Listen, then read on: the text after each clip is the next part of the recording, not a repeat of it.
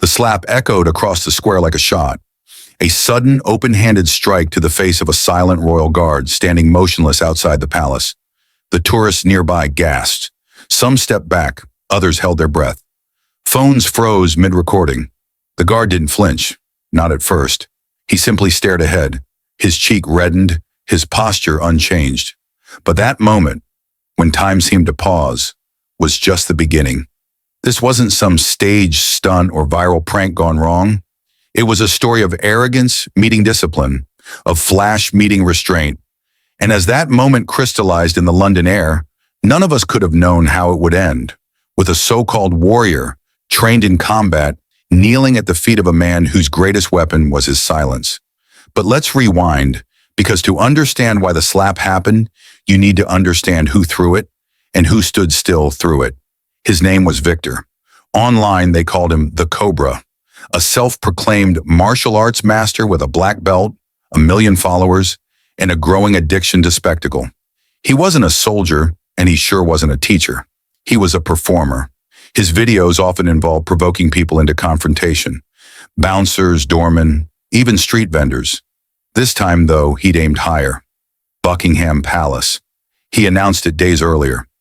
"I'm going to test the discipline of the Queen's Guard." He arrived early that morning with a cameraman and a custom-tailored GI, his name stitched in gold thread. "Let's show the world what happens when discipline meets real combat," he smirked into the camera. To him, this wasn't sacred ground, it was just another stage. Another opportunity to draw a line, cross it, and boast about it later. He didn't come to learn, he came to dominate, and that was his first mistake. Stationed at the palace that day was Ela, a royal guard of Ghanaian descent. Towering and disciplined, he had served with unwavering commitment for years. Tourists often commented on his near statue-like stillness, his unblinking calm. He'd stood through blizzards and heat waves, holiday crowds and royal events. But beneath that crimson uniform beat the heart of a man who had seen more than the public would ever know. Before his service to the crown, he had served in deployments abroad, places where silence could mean survival. His quiet wasn't weakness. It was strength earned the hard way. On this morning, he stood as always, rifle by his side, bayonet gleaming in the early sun. As children giggled nearby and parents took selfies, Ela didn't move. He never did, until Victor stepped into frame, loud, theatrical, and entirely unaware of the storm he was about to stir. Not in fists, but in principle. Victor approached him slowly, taunting from a distance at first. Mimicking military salutes, making snide remarks about the uniform, the hat, the robot act. He circled the guard like a hawk, hands gesturing theatrically. Tourists chuckled nervously.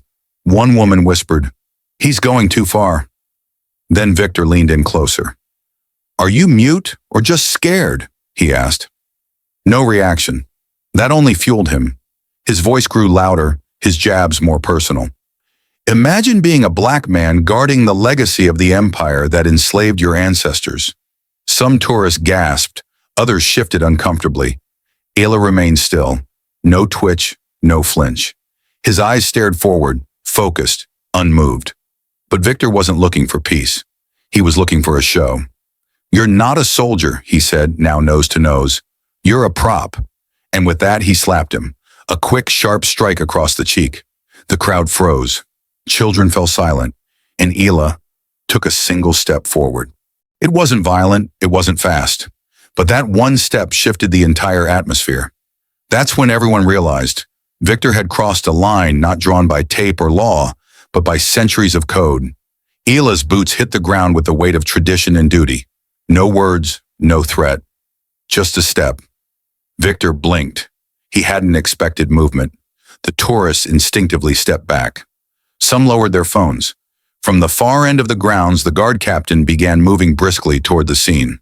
The silence between that step and what came next was louder than any slap. It wasn't just a battle between two men, it was something far older than either of them.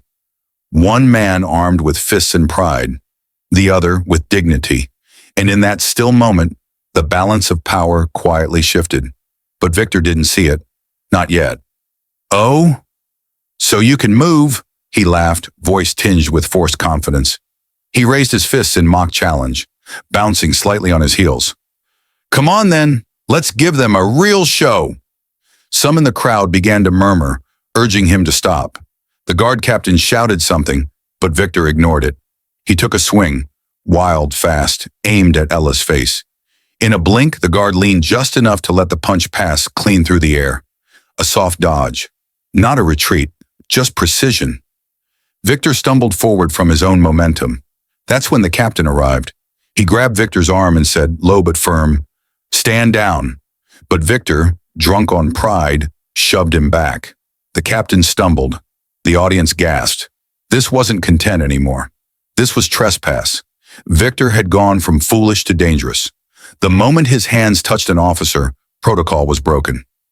Guards stationed nearby abandoned their ceremonial stances and approached. Victor's cameraman had stopped filming. Tourists were pulling their children back. But Victor, breathing heavily, wasn't done. He lashed out again, this time with a kick, catching one of the guards in the thigh. The man stumbled, wincing. Chaos rippled through the courtyard. Screams, shouts, phones raised not in entertainment now, but in fear. And then Ela moved, smoothly, without haste, not like a man out for vengeance, but like a soldier executing an order. He stepped forward, intercepted Victor, and without a word raised his arm, not in attack, but in readiness. Victor spun, threw another punch. Ela blocked it with ease. Another came, again deflected, and then one clean motion, one shift in weight, and Victor was on his knees. It wasn't violent, it wasn't flashy, it was practiced, methodical. Victor's arms were pinned, his back straight, his face lowered. He wasn't bleeding, but he was trapped, humbled. The silence returned, but this time it carried weight. The crowd stared in stunned awe. Ela remained composed, eyes calm, posture perfect. The captain approached, nodded silently, and took over. Ela let go. Victor didn't rise. He shouted instead, rage and desperation tangled in his voice. "This is abuse. I'm a public figure. You can't do this to me." But no one listened. No one believed him anymore. His power, his fame, meant nothing now. The crowd didn't jeer. They didn't boo. They simply watched, quietly, like they just witnessed something sacred. The footage hit the internet within hours, but not from Victor's channel. He never published it. A tourist's video spread first, then others. Headlines didn't read, "Black Belt Humiliates Guard." They read, "Guard Shows Grace Under Fire," and "Royal Dignity Silences Provocation." The captain gave a brief statement praising his men's restraint. And Victor? He faced charges: assaulting an officer, disorderly conduct, inciting public unrest. His sponsors dropped him. His channel was demonetized. The man who once mocked others for a living now found himself silenced by his own arrogance. Ela não deu entrevistas, new press statements. He simply returned to duty the next day, standing silent beneath the flag. That was his statement, and it spoke louder than any rant Victor had ever filmed. A few days later, a class of school children visited the palace. Their teacher pointed to the royal guards, explaining their role. One little girl, no more than 6, clutched a crumpled drawing in her small hands. She approached Ela slowly. On the paper was a sketch of him. Red jacket, tall hat, hearts all around. She handed it to him shyly. "Thank you for protecting us," she whispered. Ela looked down, then back to the horizon. He didn't speak. He couldn't. The rules forbade it.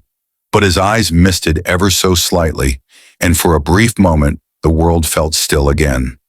Like it had learned something. Like it had remembered something it nearly forgot.